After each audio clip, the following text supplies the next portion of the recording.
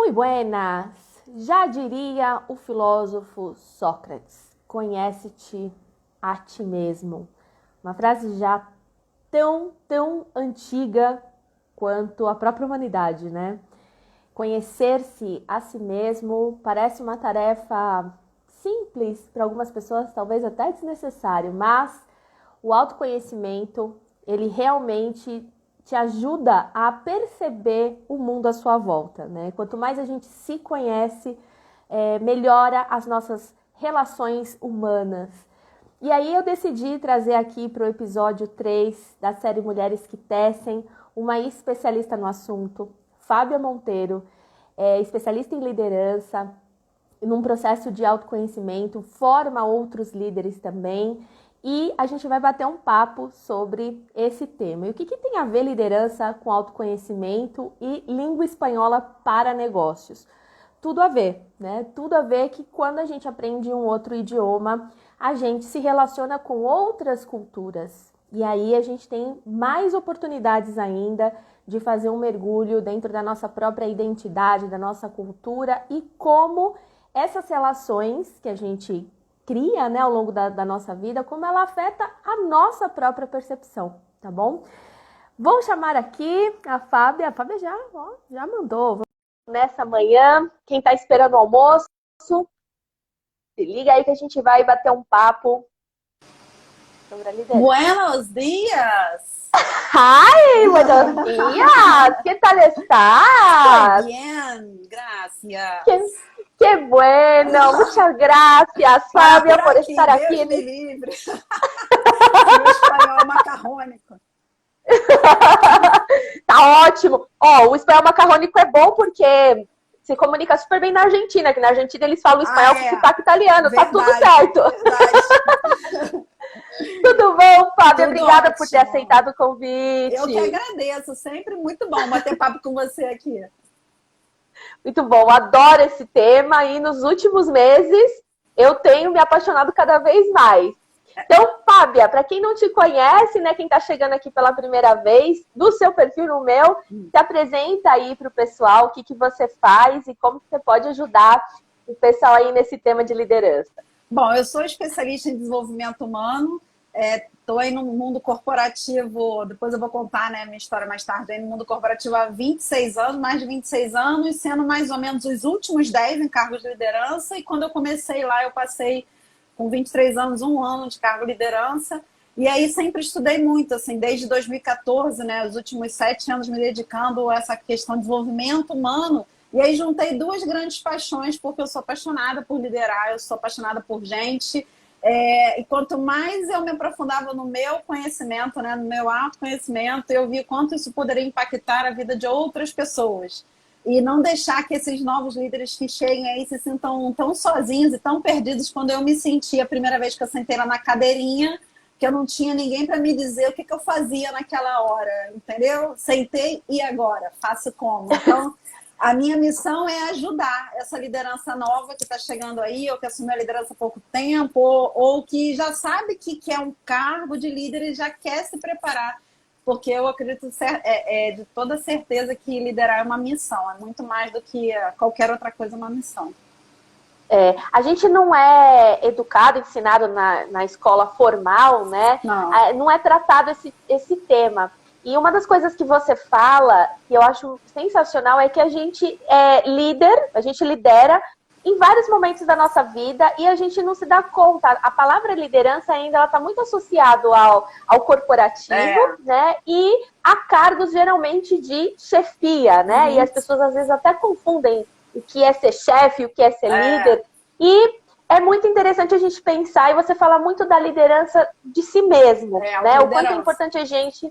Autoliderança. Fala um pouquinho para a galera sobre isso, porque eu acho um tema sensacional e abre a nossa visão sobre liderança, né? Sempre que eu trabalho com líderes, né, os meus alunos, meus mentorados, a primeira coisa que a gente tem que focar é na autoliderança. Por quê? Se eu não sei quem eu sou, o que eu quero, o que eu não quero, para onde eu vou, qual é a forma que eu me comunico, qual é a forma que eu reajo sob pressão, como que eu vou chegar para liderar um grupo de pessoas Que aí, se eu não me conheço, eu não tenho nem olhar aberto para conhecer o outro. Então, o primeiro grande passo para a gente se tornar uma líder de verdade, e aí, como a Lara falou, a organização é mais claro para a gente, mas uma líder para os nossos amigos, para a nossa família. Quem tem filhos sabe que não existe uma liderança mais difícil do que liderar crianças. E aí, sem a gente saber quem a gente é, porque se eu não sei o que me estressa, se eu não sei como está a minha inteligência emocional, se eu não sei qual é a melhor forma de eu me comunicar, se eu não sei quem eu sou, eu não tenho como fazer uma liderança como ela deve ser, né? Uma liderança inspiradora e, por exemplo. Exatamente. Geralmente nas empresas, né, algumas pessoas que ocupam cargo de liderança, mas não têm algumas habilidades desenvolvidas, muitas vezes por falta de conhecimento mesmo, né, geram aquelas conversas do tipo, ele nem sabe o que ele quer, tá mandando na gente, nem sabe o que quer. Porque é realmente esse reflexo, né, que causa. Não, e assim, a gente... Pode falar. Pode falar. Não, eu tô falando que isso a gente vê o efeito numa equipe, porque a equipe, ela sente como aquele líder está inseguro. E aqui, gente, eu não quero de jeito nenhum falar que o líder tem que saber tudo, porque eu sou totalmente contra isso. Eu acho que a gente, na posição de líder, a gente tem que estar aberto a aprender e ouvir tudo, né? É óbvio que a gente tem um conhecimento técnico da área que a gente ocupa, isso aí é uma premissa que eu nem toco, né? Eu trabalho muito no comportamental, só comportamental, porque premissa técnica para a área a gente, né, faz um pressuposto que se eu estou ali eu tenho aquela parte técnica. Porque o comportamental é o que causa os maiores conflitos dentro da organização, né? De 10 demissões, 9 acontecem por problemas comportamentais. Então a gente para pensar como é grande o impacto da gente como líder na vida de cada uma daquelas pessoas e se for uma organização ou a sua própria empresa, na organização lá no final também, né? É um impacto muito grande, né? Esses dados, quando você traz, que a gente acaba tendo uma ideia mais concreta, né?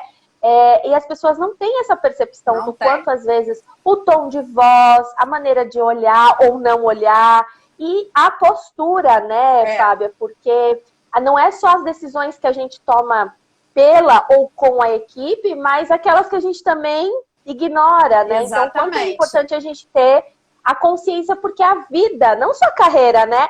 A vida das pessoas também sofre um impacto com as decisões que a gente acaba assumindo. Porque, querendo ou não, né, Fábia, o líder que acaba, às vezes não, o líder que acaba assumindo uma responsabilidade, ele acaba sendo a voz do todo, né? De uma equipe. Isso é muito importante, você falou. Primeiro, em relação à comunicação, né?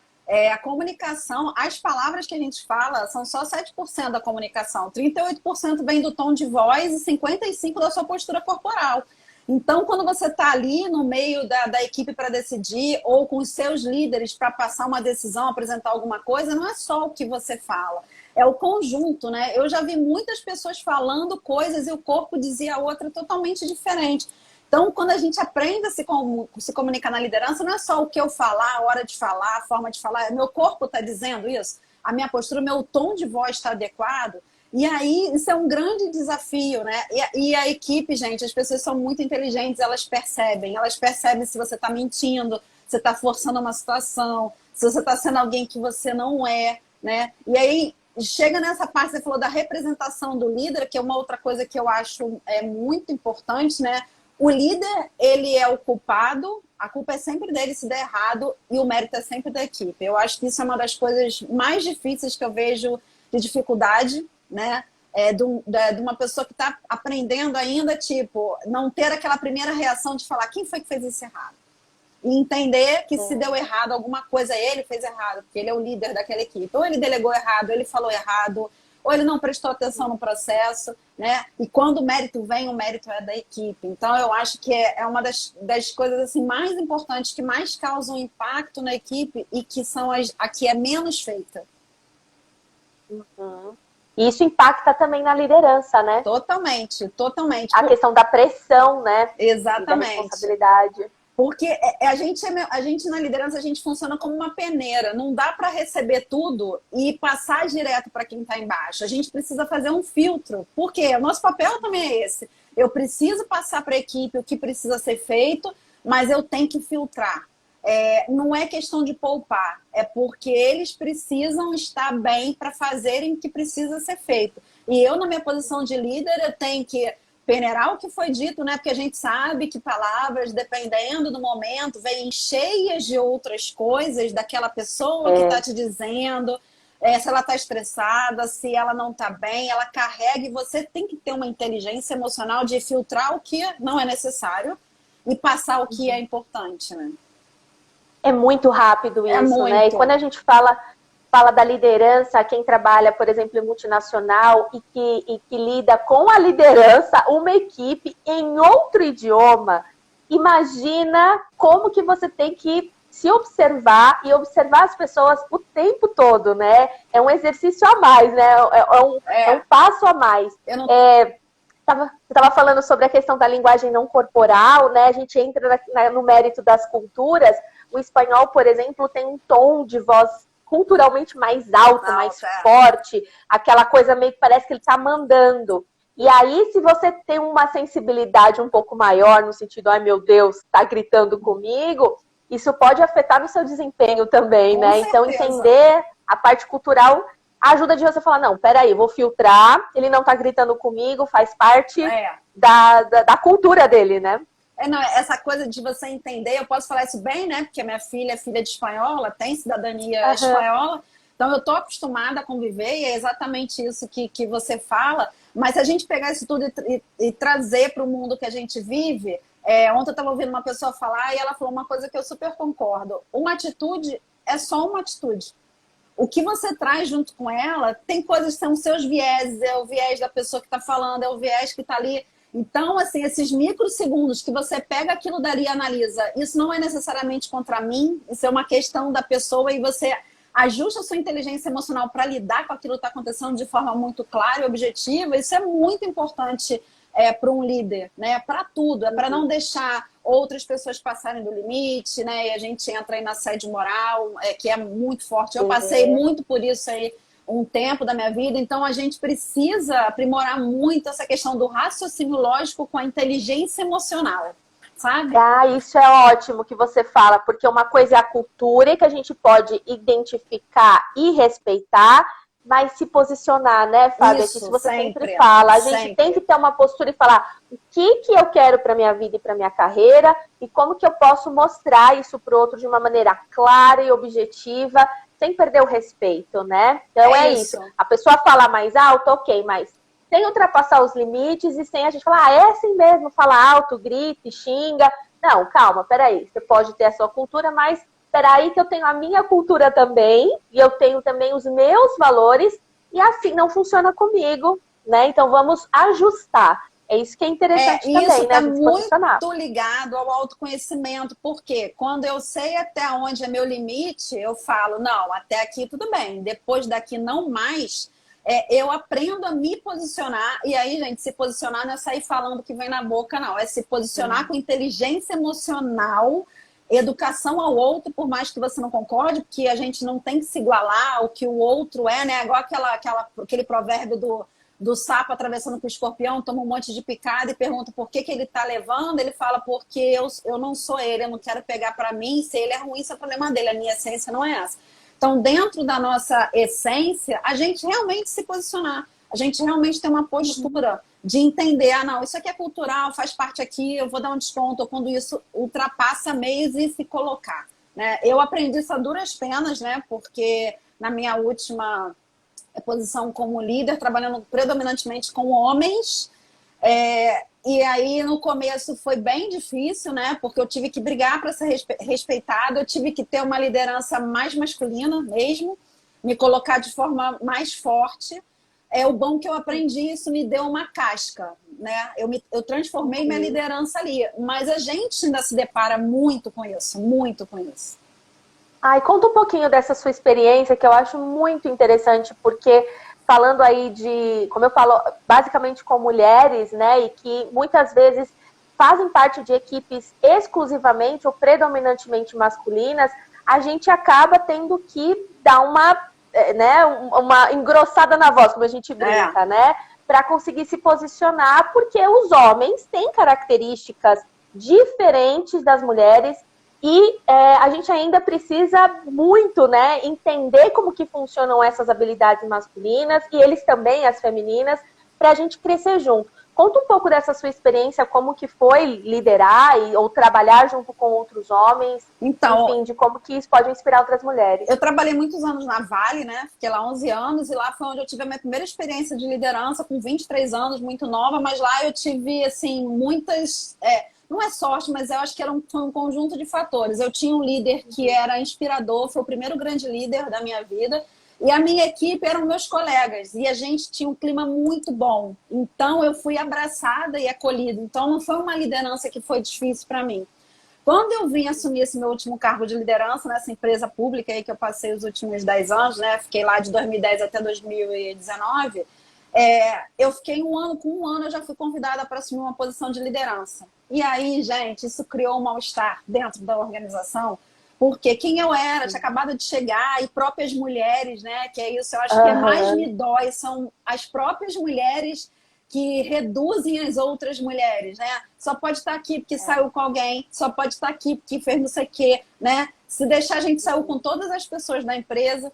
E aí eu ouvi isso, acho que os meus primeiros 4, 5 anos, eu fiquei 9 anos nesse cargo que eu fiquei, passei por 5 chefes diferentes e aquela conversa sempre continuava, né? E aí, além disso, ainda tinha a questão de eu ter um ambiente, né, militar, predominantemente masculino, com pessoas mais velhas do que eu. Então, ninguém me levava muito a sério, assim, nos 2 primeiros anos. Eu tinha um chefe muito bom, ele falava, você quer que eu fale com eles? Eu falei, não. O senhor não vai falar, eu não quero que eles me respeitem por medo do senhor. Eu quero que eles me respeitem por respeito a mim como pessoa e como profissional. Então, aí que eu comecei a mudar a minha postura e meu comportamento. Até postura física mesmo. De andar mais esticada, a forma de vestir, a forma que eu me colocava, a força das minhas palavras. Na reunião que só tinham homens, só estava eu, geralmente eu que fazia ata. Até que na segunda reunião eu falei, não, eu já fiz 2 atas, agora vocês podem escolher entre vocês quem vai fazer a próxima ata. Por quê? Legal. Era o mesmo cargo que eu, todo mundo na mesma posição. Por que eu era a única mulher da sala, eu que ia fazer as atas? Não, senhora.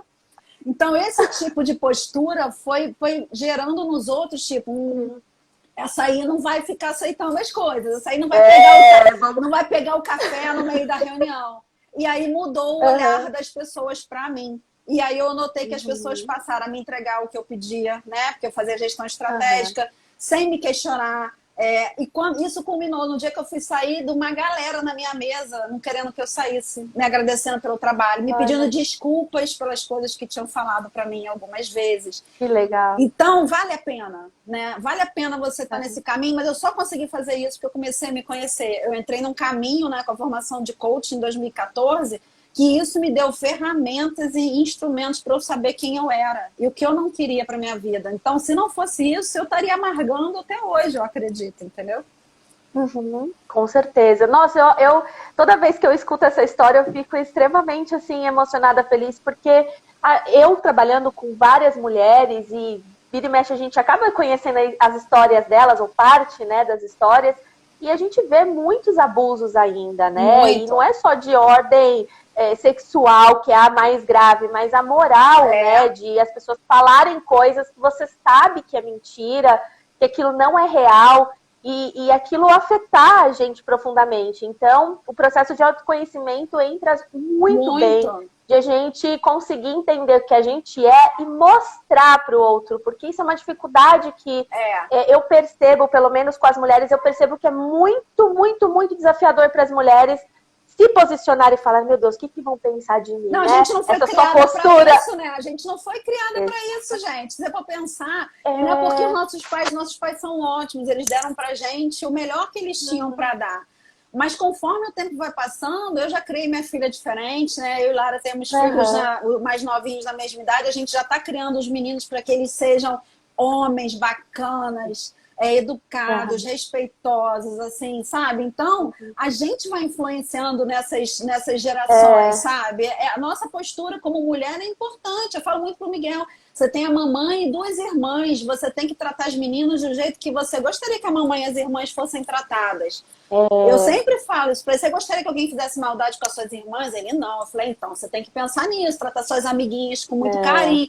Então a gente tem que criar essa nova geração diferente dessa coisa que a gente vê, entendeu?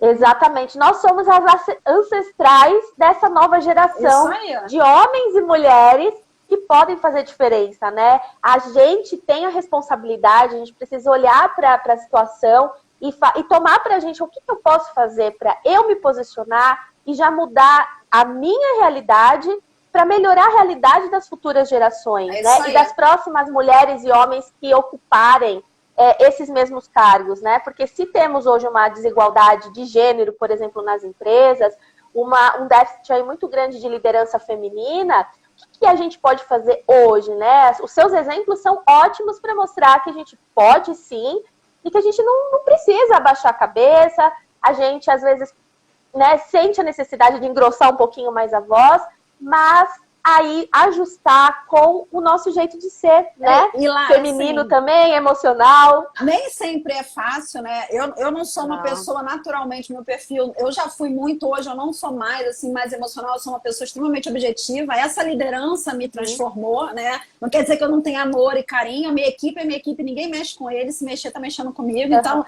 eu sempre fui muito assim. Eu tenho muito cuidado na hora de falar as coisas, eu tenho muita preocupação na forma que eu escrevo, que eu falo. Mas não foi fácil quando eu comecei a me posicionar. Quando eu estava no meio de reunião só com homem, eu por dentro, meu coração estava disparado, a minha barriga estava gelada, eu só respirava para fazer com que a voz não fosse trêmula, para eu me colocar, mas por dentro eu estava passando mal, porque aquilo era muito novo para mim, mas eu tinha certeza que eu tinha que fazer daquele jeito. E aí, com o tempo, você vai passando com aquilo. Eu apresentava conselho de administração com 12 homens à mesa, né?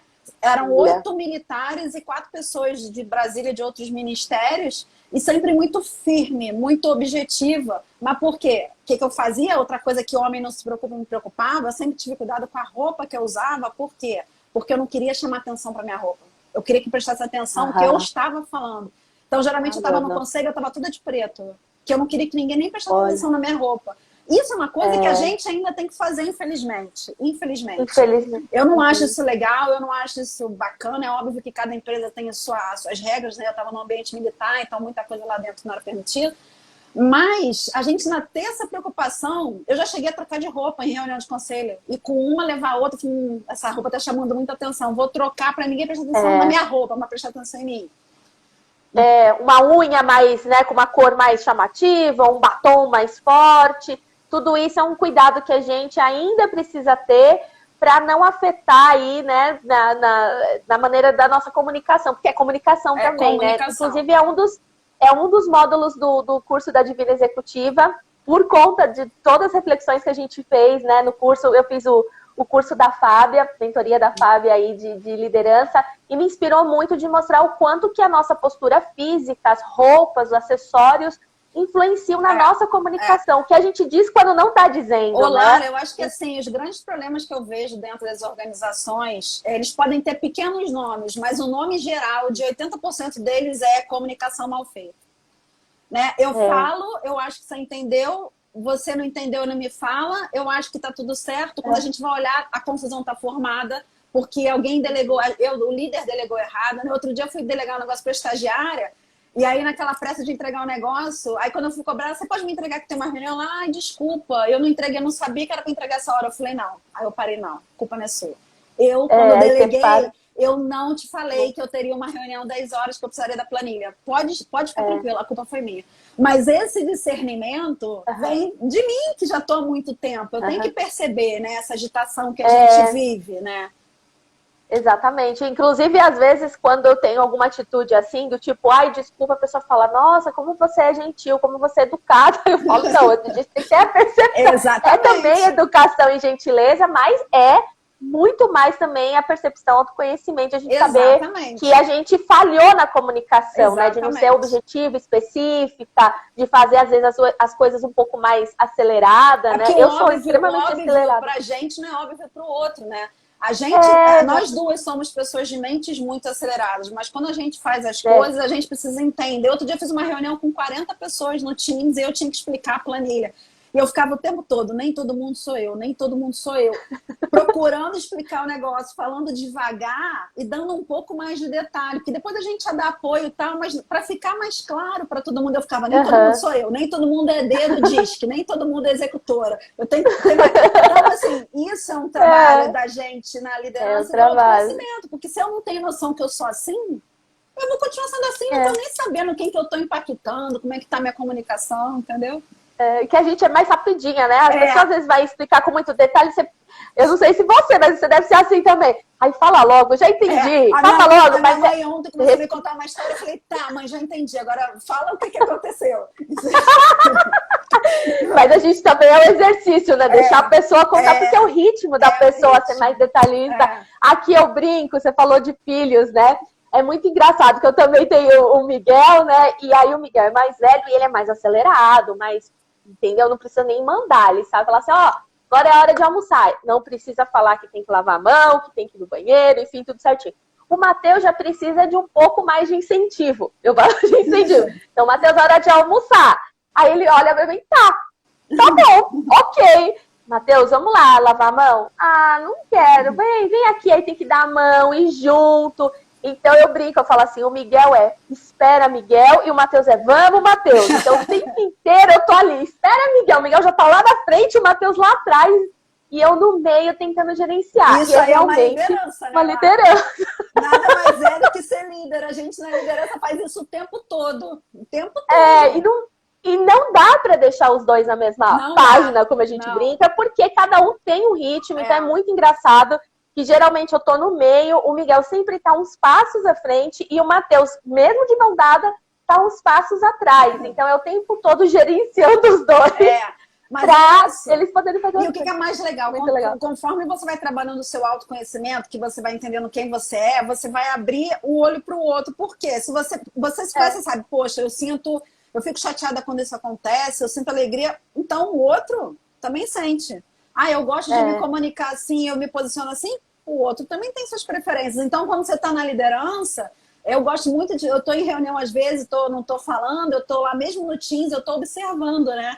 O rosto das pessoas, porque hoje eu consigo avaliar tudo, o que as pessoas estão falando, pelo que elas falam, eu já vejo qual é o perfil comportamental, não sei o quê, porque isso é muito importante. Na hora que eu vou pedir uma coisa para eu mando um e-mail escrito de um jeito. Já sabe. Na hora que eu vou pedir um negócio para outro, eu já mando um e-mail escrito de outro jeito. Então, isso faz toda a diferença, que a pessoa se sente acolhida, a pessoa se sente, poxa, ela tá falando pra mim, né? Ela me entende. Ela me entende, exatamente isso. Poxa, muito legal. Fábia, eu amo esse papo. Por mim, eu ficaria assim, numa imersão de dias e horas falando sobre isso com você, porque eu sou sua fã de conhecimento, de verdade.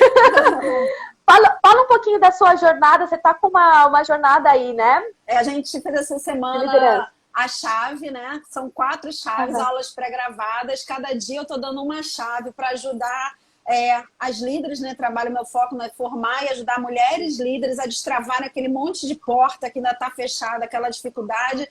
Porque de verdade eu quero estar junto, né? Estar junto porque eu sei como é solitário quando a gente não tem ninguém. Que acaba amanhã, a gente libera a última chave, quinta-feira.